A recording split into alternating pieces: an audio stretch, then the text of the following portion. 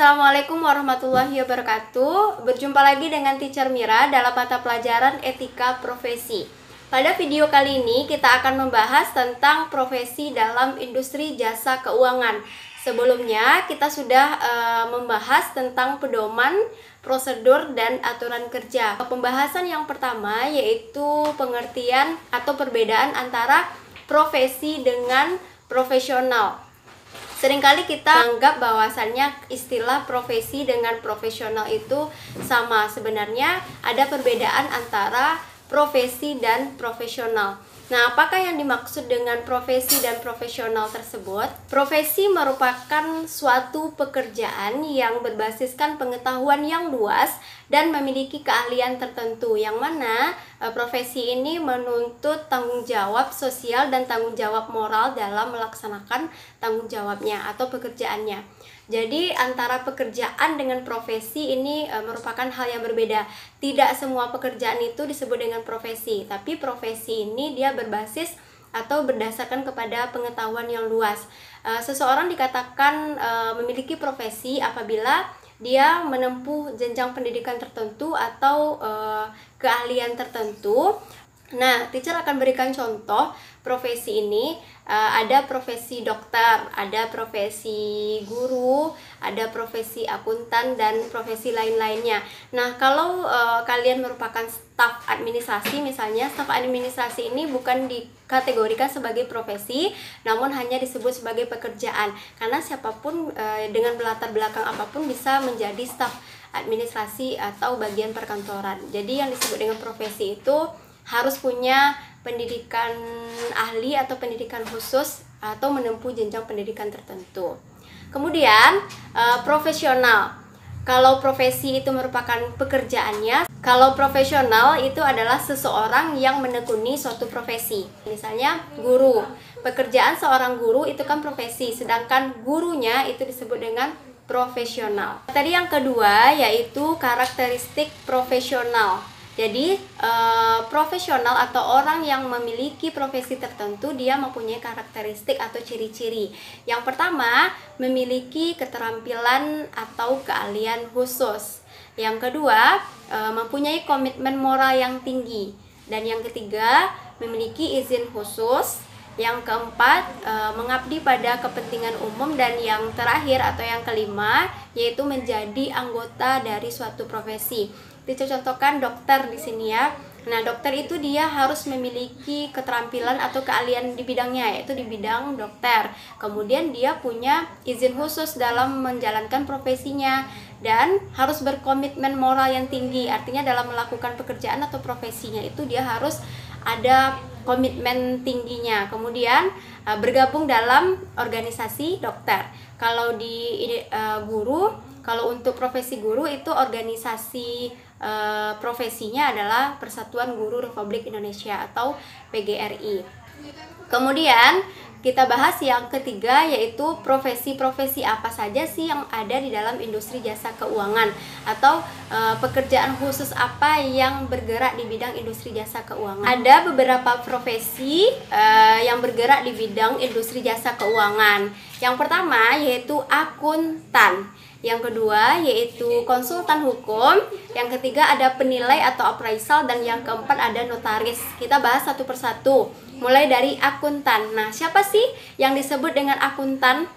Akuntan ini mereka yang menempuh studi jurusan atau program studi akuntansi, yang mana nanti akan memperoleh gelar sarjana ekonomi atau SE dan melanjutkan untuk meneruskan pendidikan profesinya sehingga nanti bisa disebut sebagai seorang akuntan. Nah, akuntan ini merupakan pekerjaan yang lumayan menjanjikan karena memang setiap bisnis itu memerlukan seorang akuntan di dalam menyusun laporan keuangannya. Apa-apa saja transaksi yang terjadi di dalam sebuah perusahaan itu dilakukan atau dikerjakan oleh akuntan. Akuntan ini digolongkan menjadi beberapa bagian. Ada akuntan internal, ada akuntan publik, ada akuntan pemerintah, ada akuntan pendidik, dan akuntan pajak. Yang pertama yaitu akuntan internal. Akuntan internal juga disebut dengan akuntan manajemen. Karena akuntan internal ini adalah mereka yang bekerja di dalam sebuah perusahaan yang mana tugasnya adalah membukukan setiap transaksi yang terjadi dan menyusun laporan keuangan setiap periodenya.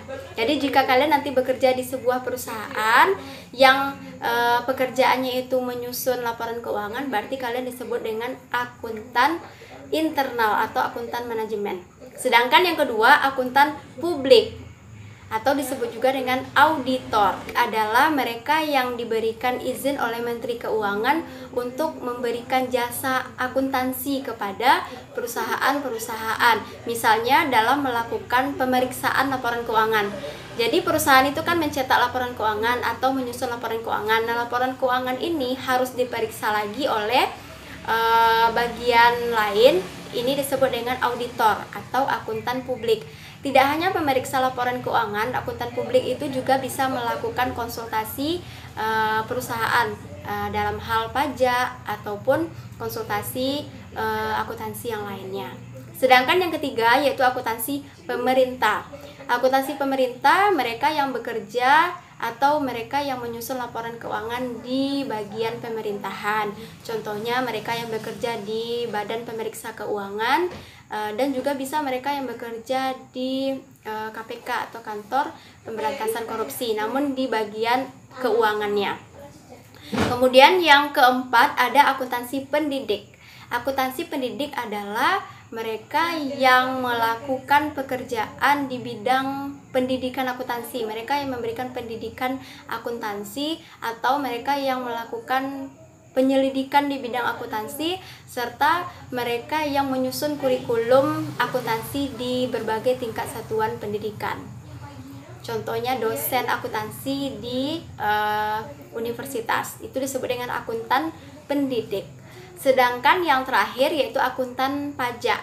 Akuntan pajak ini akuntan yang bertugas untuk mengatur dan menentukan serta menganalisis perhitungan pajak sebuah perusahaan. Profesi yang kedua yang ada di dalam industri jasa keuangan adalah konsultan hukum.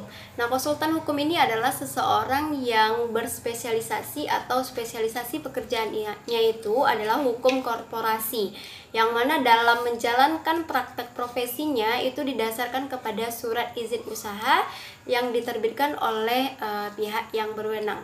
Kemudian untuk profesi yang ketiga yaitu penilai atau appraisal. Nah, penilai atau appraisal ini adalah mereka yang memberikan pelayanan atau jasa penilaian aset yang dimiliki oleh perusahaan. Ketika perusahaan memiliki aset, nah aset ini kan harus dilaporkan atau digambarkan dalam laporan neraca perusahaan. Sebelum aset tersebut dilaporkan di dalam laporan keuangan perusahaan, maka aset itu harus dinilai dulu, harus dilakukan penilaian terhadap aset apa-apa saja yang dimiliki. Karena kalau tidak dinilai oleh pihak yang berwenang, di sini adalah appraisal, maka bisa jadi aset yang dilaporkan di dalam laporan keuangan itu tidak benar atau tidak valid, sehingga harus dinilai atau diperhitungkan kembali nilainya oleh appraisal. Kemudian yang terakhir, profesi yang ada di industri jasa keuangan adalah notaris. Notaris adalah pihak yang membuat surat atau yang mengeluarkan surat dan pembuatan akta yang bersifat hukum. Nah, itulah materi kita pada video kali ini tentang profesi-profesi apa saja yang ada di dalam industri jasa keuangan. Untuk materi selanjutnya mengenai etika profesi akuntansi atau etika profesi dalam bidang akuntansi akan kita bahas di video ataupun pertemuan berikutnya. Terima kasih atas perhatian dan mohon maaf kalau ada kesalahan. Assalamualaikum warahmatullahi wabarakatuh. Bye bye.